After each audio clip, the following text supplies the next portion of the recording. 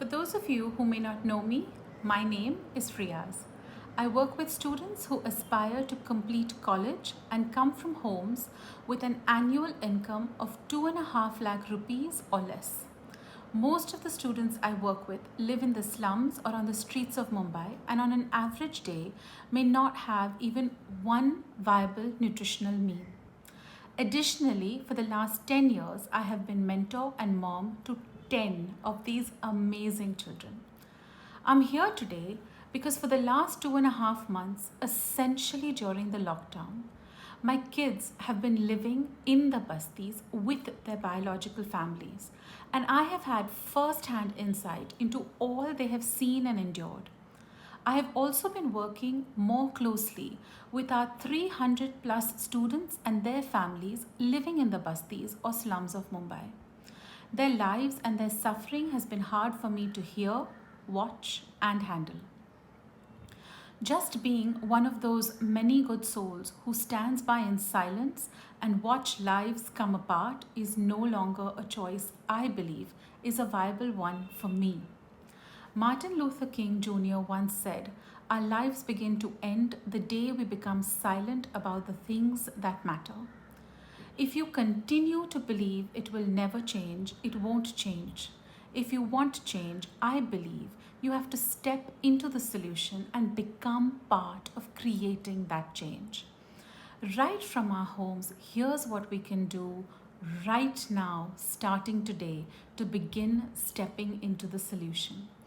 Pay your house help who have not been able to reach your home during lockdown their full salaries. This is not the time to sermonize and say they will get lazy if we pay them when they haven't worked, or why should we pay them if they haven't worked, or whatever other rationale we are able to come up with. This is the time to let your humanity and your heart lead. You can't feel sorry for the migrants and talk about how sad their situation is if you are unwilling to step up and ensure that those who have and do support your home are not fed and looked after. Pay your drivers. They haven't been coming to work because you have had nowhere to go, not because they don't want to come to work. Now that the lockdown is opening up and we may see a rise in cases, please check on their well-being, ask about their families, make sure their rent is paid up and that they have enough ration at home. This lockdown has been super hard on them. One COVID-19 test charges 5,000 rupees. If, like my Tanu, 3 of them had to get tested, that would have been 15,000 they would have had to pay before any treatment would have been offered to them.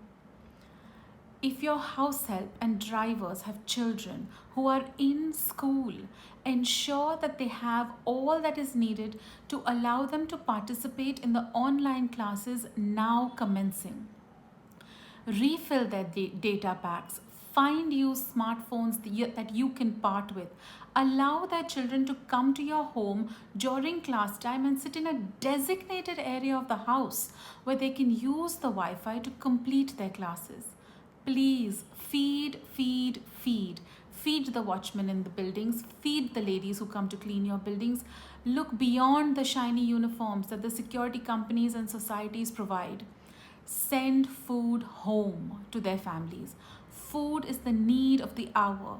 Because of demand being high and supply being low, the cost of groceries has increased, making everyday items super difficult for them to afford. If one of them tested COVID-19 positive, have received treatment and are now okay, please behave like the civilized, educated person you are and don't ban them from your homes, buildings, and societies. Many children and women have suffered horrible situations of domestic violence during this lockdown. When an alcoholic can't drink, their rage increases. Please be mindful, please be patient, please be loving. Smaller homes, no running water, common toilets, living in containment areas, watching their neighbors and relatives be taken by police for quarantine or treatment, not being able to pay final respects to their loved ones, no money for food, no refrigerators to store food, enduring the heat of the summer in close quarters with no AC, the list is endless. Please be thankful for your privileges and please be kind to them for their experience. This lockdown has been very different from yours.